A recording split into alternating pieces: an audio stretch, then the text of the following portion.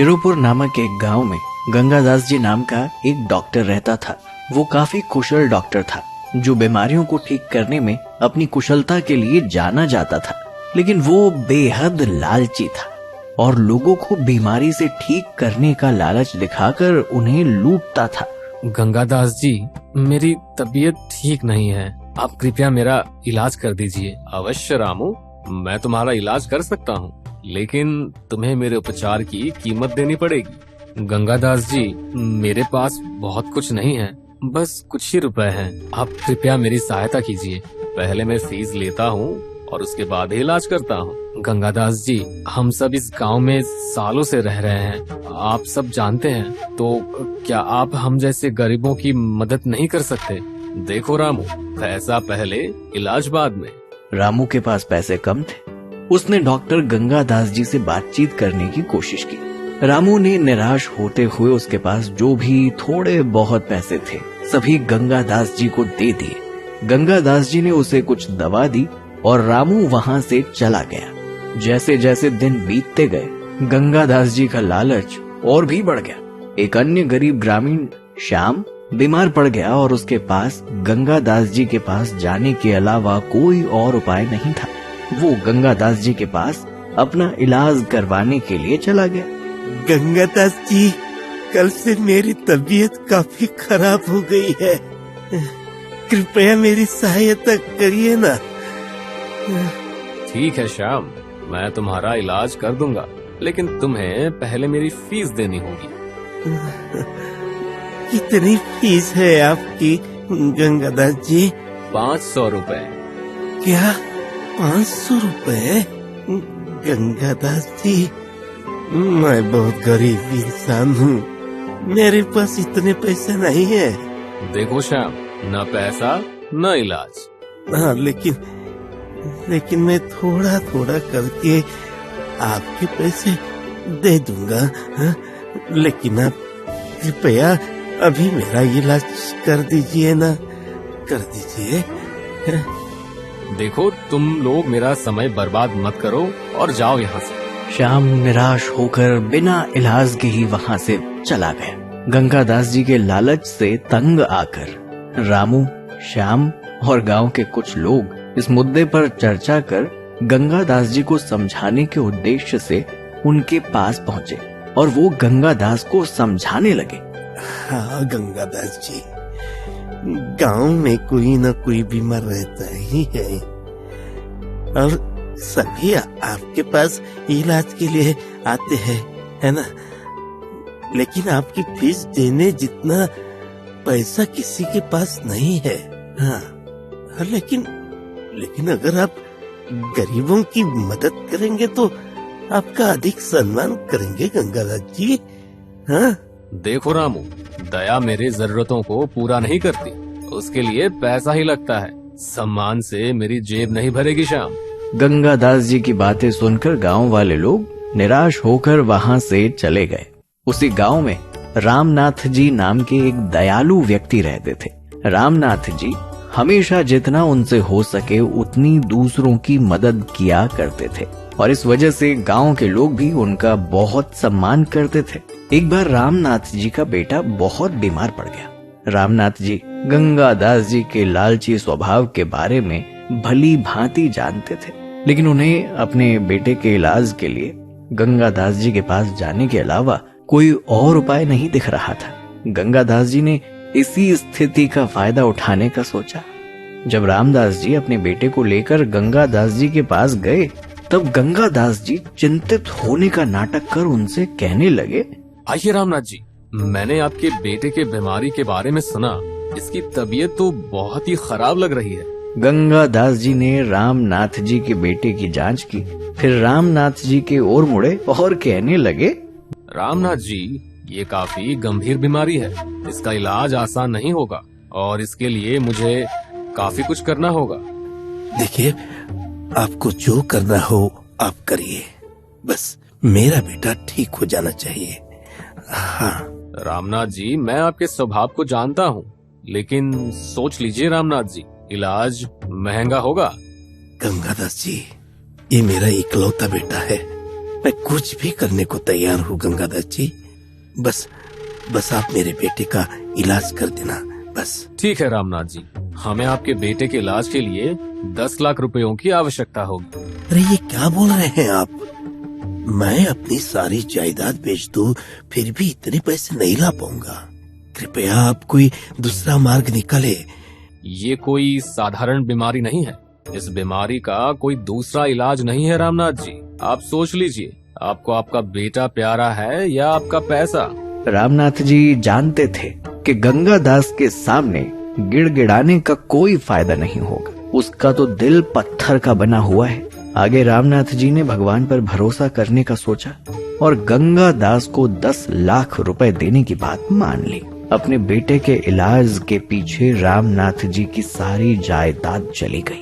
गंगादास जी रामनाथ जी को ऐसा दिखा रहे थे कि मानो उन्होंने तो रामनाथ जी के बेटे का इलाज करने में बहुत बड़ी बड़ी कठिनाइयां उठाई हों। आखिरकार रामनाथ जी के बेटे में थोड़ा सुधार आने लगा था, लेकिन वो अभी इतना भी ठीक नहीं हुआ था। उसे चलने फिरने में काफी तकलीफ हो रही थी। अपने बेटे को देख रामनाथ जी सोच रहे थे, नहीं, गंगादास जी ने मेरे साथ अच्छा नहीं किया। उन्होंने मेरे साथ अन्याय किया है। अगर उन्हें नहीं रोका तो न जाने वो और कितने लोगों को ऐसे ही लुटते रहेंगे। नहीं, ये अच्छा नहीं है। तभी शहर से रामनाथ जी का भतीजा भावेश गांव पहुंचा और उसने अपने मामा के जीवन में आए बदलावों को देखा। चिंतित होकर भावेश ने रामनाथ जी से पूछा, मामा जी, ये आपके घर को क्या हुआ? अब ये इतना अलग क्यों दिखता है? पहले तो आपका घर बहुत बड़ा था और अब भी कुछ ठीक नहीं लग रहे हैं मामा जी। क्या बताओ भावेश, अरे पिछले दिनों बहुत कुछ हो गया है। गंगानाथ जी ने मेरे बेटे के इलाज के लिए 10 लाख रुपए मांगे। हमने उस पर काफी रकम खर्च भी की और इन सब में हमारा घर भी चला गया। लेकिन मामा जी, आपका बेटा अभी भी पूरी तरह से ठीक नहीं दिखाई दे रहा है। पता नहीं बेटा, दरअसल गंगानाथ जी ने बाहर गांव से डॉक्टरी की पढ़ाई की है। शायद इसीलिए वो सभी से इतनी भारी रकम मांगते हैं। उन्होंने कहा इसके बिना मेरे बेटे का इलाज संभव नहीं होगा। अब मैं क्या ही कर सकता था ना बेटे के इलाज में ही मेरा घर भी चला गया। चिंता मत करो मामा जी, अब मैं इस बात को संभालता हूँ, आप निश्चिंत हो जाइए। और भावेश वहां से चला गया। अचानक से एक दिन गांव में एक अफवाह फैल गई। गांव में एक काफी शातिर चोर घुस आया था। वो चोर काफी होशियार और साथ ही खतरनाक भी था। वो लोगों के घर जाकर उनका सब कुछ, पैसा, सोना लूट लेता था। समय आने पर वो लोगों को मार भी डालता था। ये अफवाह सुनकर गंगादास जी तो घबरा गए। एक तो गांव बहुत ही छोटा था और चोर के लिए चोरी करना काफी आसान था। गंगादास जी सोचने लगे, अगर ये चोर मेरे घर आ गया तो मेरा तो सब कुछ मुझसे छिन जाएगा। मैं क्या करूं अब? हाँ, एक काम करता हूँ, मेरे पास जो भी सोना और धन है उसे शहर ले जाता हूँ। आज रात ही मैं अपनी बहन के घर मुंबई जाऊंगा और सब पैसा वहीं सुरक्षित रख दूंगा। रात होते ही गंगादास जी अपनी बहन के घर जाने के लिए निकले। आधे रास्ते में जाते ही उन्हें भावेश ने पकड़ लिया। भावेश के हाथों में बंदूक भी थी। हाथ में बंदूक लिए भावेश को देख गंगादास जी और डर गए। भावेश ने गंगादास जी के पास जाते हुए कहा, कहाँ जा रहे हो गंगादास जी? मैं वो मेरे बहन के यहाँ जा रहा हूँ। जा रहा हूँ नहीं, जा रहे थे। अब तुम मेरे साथ चलोगे। मुझे कुछ मत करो, मेरे पास जो भी पैसा है तुम वो ले लो, बस मुझे जाने दो। मुझे आपके पैसे नहीं चाहिए, बस आप मेरे साथ चलो। गंगादास जी की विनती के बावजूद भावेश नहीं माना और गंगादास जी को एक कमरे में ले जाकर बंद कर दिया। जब तक मैं ना कहूँ आप कहीं नहीं जाएंगे, अब आप यहीं रहेंगे। तुम मुझसे क्या चाहते हो? तुम मेरे साथ ऐसा क्यों कर रहे हो? भावेश उसके प्रश्न का उत्तर दिए बिना वहां से चला गया। जंगल के मध्य में किसी एक गिरे टूटे घर में बंधा हुआ गंगादास काफी घबराया हुआ था। उसने वहीं अंधेरे में रात बिताई, लेकिन अगले ही दिन सुबह उसे बहुत भूख लगने लगी। उसने भावेश को बुलाया। तुम मेरे सारे पैसे ले लो और मुझे जाने दो। मैं एक डॉक्टर हूँ, गांव का अच्छा इंसान हूँ, मैं काफी लोगों की मदद भी करता हूँ, मुझे जाने दो। देखो, मुझे आपके पैसे नहीं चाहिए और आप भी अब यहाँ चुपचाप बैठे रहिए। भावेश की बातों ने गंगादास को हैरान कर दिया। जैसे जैसे समय बीतता गया, गंगादास जी को और ज्यादा भूख लगने लगी, जिससे गंगादास जी को भावेश को फिर से बुलाना पड़ा। सुनो भाई, कुछ तो खाने को दो, मुझे बहुत भूख लगी है। अच्छा, तुम्हें भूख भी लगती है? चलो बताओ, तुम क्या खाना चाहते हो? बस कुछ दाल चावल ही दे दो। दाल चावल के लिए 50,000 रुपए लगेंगे। क्या? ये क्या बोल रहे हो तुम? सिर्फ थोड़े से दाल चावल के लिए 50,000 रुपए? अरे पागल वागल हो गए हो क्या? हाँ, दाल चावल के लिए 50,000 रुपए ही लगेंगे। अगर खाना है तो बोलो, नहीं तो मेरा वक्त बर्बाद मत करो। दाल चावल के लिए 50,000 रुपए कौन लेता है? मैं नहीं खाऊंगा, नहीं चाहिए मुझे कुछ, जाओ तुम। नहीं खाना तो मेरा वक्त क्यों बर्बाद किया? भावेश वहां से चला गया और 2 दिन ऐसे ही चले गए। लेकिन अगले दिन की सुबह गंगादास जी को अब भूख बर्दाश्त नहीं हो रही थी। भूख के मारे उन्होंने भावेश को फिर बुलाया। भाई 50,000 रुपए ले लो, लेकिन मुझे कुछ खाने को दे दो, मैं भूख से मर रहा हूँ। भावेश ने बिना कुछ बोले गंगादास जी के सामान से दाल चावल के लिए 50,000 रुपए निकाल लिए और गंगादास जी को थोड़े से दाल चावल दे दिए। जैसे ही रात हुई, गंगादास जी को फिर से भूख लगने लगी और गंगादास जी ने भावेश को एक बार फिर बुलाया। सुनो, मुझे और भूख लगी है, मुझे फिर दाल चावल खाना है। इस बार कितना पैसा लगेगा? 50,000। 50,000। ये तो बहुत ज्यादा है, क्या आप इसे थोड़ा कम कर सकते हैं? ठीक है, मैं इसे आपके लिए कम कर देता हूँ। अब आप मुझे 40,000 दे दो। क्या ये भी कोई कम करना हुआ? आप पहले 50,000 रुपए ले रहे थे और अब 40,000 मांग रहे हैं। भाई ये तो शुद्ध अन्याय है। देखो, तुम्हें खाना खाना है तो खाओ, वरना मत खाओ। ऐसा ही कई दिनों तक चलता रहा। भावेश कुछ 1,000 रुपयों के बदले गंगादास जी को खाना देता था, जिससे कुछ ही दिनों में गंगादास जी के सारे पैसे खत्म हो गए। गंगादास जी को अब चिंता सताने लगी थी। पैसे भी नहीं थे, भूख भी बहुत लग रही थी। गंगादास जी ने फिर भावेश को बुलाया और कहने लगे, तुम मेरा छल कर रहे हो। देखो, इस समय मेरे पास पैसे नहीं है, मैं भूखा भी नहीं रह सकता, मुझे भूख लगी है। यदि तुमने सही रकम ली होती तो मेरे पास अभी भी पैसा होता और मैं खाना खा सकता था। अब मैं कैसे खाऊंगा? कृपया कुछ तो दया करो, मेरे पास बिल्कुल भी पैसे नहीं है। वो सब तो मैं नहीं जानता। अगर खाना चाहिए, पैसे तो देने ही होंगे। बिना पैसे का कुछ नहीं होता। मेरे पास बिल्कुल भी पैसे नहीं है, मुझे थोड़ा खाना दे दो। अरे नहीं, मैं बिना पैसे के खाना बिल्कुल नहीं दूंगा।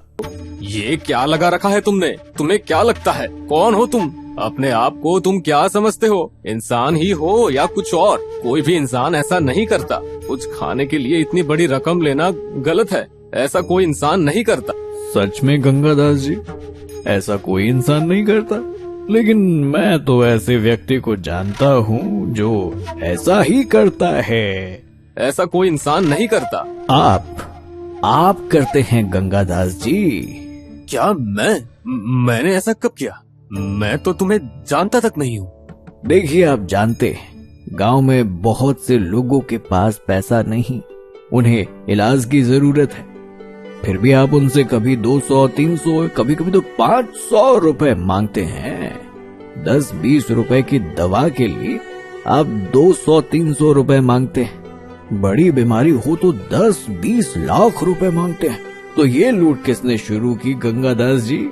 मैंने या आपने? भावेश की बातों से गंगादास जी को अपने कर्मों का एहसास हुआ। उनका गुस्सा एकदम से शांत हो गया। हाँ, तुम सही कह रहे हो, मुझसे गलती हो गई। तुमने आज मुझे एक बड़ा और कीमती सबक सिखाया है। मैं तुम्हारा आभारी हूँ। मैं गलत था। आज मुझे एहसास हुआ कि उन गरीब किसानों को बुखार था, उनके पैसे नहीं थे, फिर भी मैंने पैसे लिए बिना उनका इलाज नहीं किया। मैंने आज तक बहुत गलतियां की है, लेकिन मैं तुमसे ये वादा करता हूँ कि आज से मैं गरीबों का इलाज मुफ्त नहीं करूंगा। जिनके पास कुछ पैसे हैं, जो अच्छे घर से हैं, उनसे भी मैं कम से कम ही पैसे लूंगा। मुझे एक अच्छा इंसान बनाने के लिए फिर से तुम्हारा धन्यवाद। भावेश ने गंगादास जी को छोड़ दिया। गंगादास जी गांव में जाकर अब सबकी मदद करने लगे, एक अच्छे आदमी बन गए। तो दोस्तों, कभी भी हमें सबसे अच्छा सबक हमारे अपने कार्यों के परिणामों को भुगतने के बाद ही मिलता है। हमें सामने वाले की परिस्थिति की चिंता न कर हर किसी के साथ दयालुता, समझदारी और निष्पक्षता से व्यवहार करना चाहिए, क्योंकि आज हम जो बीज बोते हैं, हमारा फल भी वैसा ही होगा।